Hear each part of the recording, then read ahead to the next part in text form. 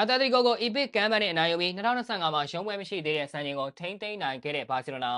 ပရိသတ်များလုံးပဲမင်္ဂလာပါဗျာတူတီဘော့စပေါ့ကနေပြန်လဲကြိုဆိုလိုက်ပါရင်ဘာစီလိုနာရဲ့ကမ်းပန်းကတော့ကြမ်းကြက်လို့ပဲဆိုရမှာပါဒီအသင်းဟာသူရဲကောင်းစံမှုများနဲ့ဖွဲ့နှွယ်ထားတဲ့အသင်းဖြစ်ပါတယ်အတလတီကိုမက်ထရီလိုအသင်းမျိုးကိုမိနစ်80အထိ2ဂိုးပြည့်ရှုံးထားပြီးမှကမ်းပန်းနိုင်ဖို့ဆိုတာလွယ်တဲ့အလုံးမဟုတ်ပါလားတေးလိုက်ကစားနိုင်ရင်တော့တော်တော်လေးအထင်ကြီးစရာကောင်းနေပါပြီဒါပေမဲ့ဘာစီလိုနာကတော့မိနစ်40အတွင်း4ဂိုးပြန်လိုက်သွင်းခဲ့ပြီးပြိုင်ဘက်ကိုအသက်မဲ့စေခဲ့တာမျိုးဖြစ်ပါတယ်ရာဖီယာရဲ့အသင်းကိုဂိုးဖန်တီးပေးမှုတွေကမိုးဘော်ကကြားလာတယ်လို့မျိုးပဲသမီးပုံမြင်ဆန်လုံးပါတယ်ဒီယာဒီကသူ့ရဲ့ကစားမဘွားအကောင်းဆုံးယာဒီဖြစ်ပြီးဘောလုံးတရားတော်ရသွားနိုင်ခြေရှိပါတယ်လာမင်ရာမဲကတော့လာမင်ရာမဲပါပဲအသက်19နှစ်သားအရွယ်ကစားသမားလေးအတွက်ပြောစရာစကားတော့ခင်းမဲ့ပါတယ်အတွင်းကိုတစ်ချက်ခောက်ပြီးလှမ်းကန်တာကသူ့ရဲ့ trademark ဖြစ်နေပါပြီသူကပြန်လာမပြန်လာမသေးကြပေမဲ့ဘာစီလိုနာကတော့ပြန်လာနိုင်ခဲ့ပါတယ်2025မှာရှုံးဝဲလုံးဝမရှိသေးတဲ့တသင်းထဲသောအသင်းဘာစီလိုနာကသူ့ရဲ့မှတ်တမ်းကောင်းကိုအကောင်းဆုံးပုံစံနဲ့ထိန်းသိမ်းသွားခဲ့တာမျိုးဖြစ်ပါတယ်စီမနီလက်ထက်အတလတီကိုမက်ဒရစ်အသင်းဟာ2ဂိုးဒါမှမဟုတ်2ဂိုးနဲ့အထက်သွင်းယူထားနိုင်ရင်လုံးဝမရှုံးဘူးပါဘူးဒါနဲ့မကသေးပဲအတလတီကိုမက်ဒရစ်ဟာ2ဂိုးပြတ်ဥဆောင်ထားပြီးမှနောက်ဆုံးအကြိမ်ရှုံးနေခဲ့တာကလွန်ခဲ့တဲ့18နှစ်ကပါဂျားထဲမှာလာလီဂါပွဲပေါင်း662ပွဲကစားပြီးမှတီကိုတို့မှတ်တမ်းကောင်းကျိုးပြတ်သွားခဲ့ရတာဖြစ်ပါတယ်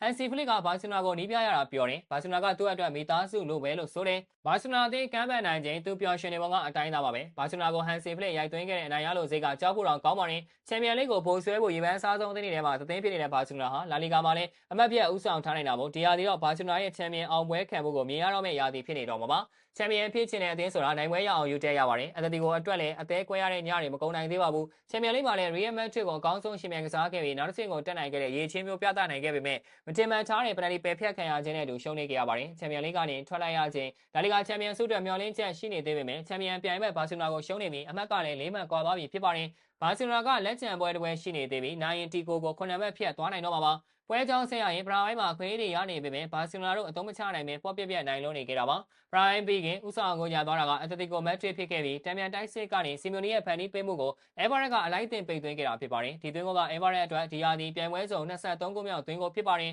အေဗာရက်အနေနဲ့နောက်ထပ်တစ်ဂိုးသာတက်သွင်းနိုင်ရင်သူ့ရဲ့ကစားသမားဘဝသွင်းကိုအများဆုံးယာဒီကိုပိုင်ဆိုင်ရတော့မှာပါဒုတိယပိုင်းအထိဘာစီလိုနာတို့အခွင့်အရေးတွေလာရပေမဲ့အသုံးမချနိုင်ခဲ့ပါဘူးတီကိုကဥဆောင်ကိုထိန်းပြီးခန်းစစ်အားပြုကစားနေကြတာဖြစ်ပါတယ်တီကိုတို့ပွဲကစားချိန်80မိနစ်မှာတမ်ပြန်တိုက်စစ်ကနေနောက်ထပ်ဥဆောင်ကိုထည့်ရသွားခဲ့တာကြောင့်ဘာစီလိုနာတို့ပြန်မလာနိုင်တော့ဘူးလို့ထင်မှတ်ခဲ့ရတာဖြစ်ပါတယ်ဒါပေမဲ့ဘာစီလိုနာတို့အကောင်းဆုံးပုံစံနဲ့ပြန်လာနိုင်ခဲ့ပါတယ်ပွဲချိန်82မိနစ်မှာဘာစီလိုနာတို့ခြေပါကိုတကုတ်ပြန်ရခဲ့ပြီးလူဝနို့စကီကဖြစ်သလိုအနေထားကနေကန်သွင်းယူနိုင်ခဲ့တာပါအဲနောက်ပွဲချိန်88မိနစ်မှာနောက်ထပ်ခြေပါကိုရပြီးလူစားဝင်ကစားသမားဖာရန်တော်ရက်ကရာဖီဟာရဲ့ဖျက်တင်ပေးမှုကိုခေါင်းတိုင်အဆုံးသတ်ခဲ့တာဖြစ်ပါတယ်တီကိုတို့အနိုင်ကိုသွင်းနိုင်မဲ့ခွင့်ရခဲ့ပေမဲ့တိုက်စစ်မှုအလက်ဇန်နာဆော့စ်လက်ကအန်အားသိပွဲရဘေးချော်ကဲမြက်ခဲ့ပါတယ်နာကျင်ချိန်ပေါ်62မိနစ်မှာဘာစီလိုနာတို့အနိုင်ကိုစရပြီးလာမန်ရာမဲကဂိုးရီယာပြင်ပကနေလှလှပပပဲကန်ချေခဲ့တာပါရာမဲဟာဒီယာဒီဘာစီလိုနာအတွက်12ဂိုးအတွင်း16ဂိုးဖန်တီးပေးထားနိုင်ပြီဖြစ်ပြီးဥရောပထိပ်သီးလိ9ဂိုးမှာကစားနေတဲ့ဆယ်ကျော်တဲ့ကစားသမားတွေတဲ့သွင်းကိုရောဖန်တီးမှုမှာပါဒဗယ်ကြီးကြီးရတဲ့တူတဲသောကစားသမားဖြစ်ပါတယ်ဘာစီလိုနာအတွက်ကတော့အပိတ်ဂိုးကိုဖာရန်တော်ရက်ကတကိုယ်တော်ရယူပေးခဲ့တာဖြစ်ပါတယ်ဒီနိုင်ပွဲကြောင့်ဘာစီလိုနာဟာ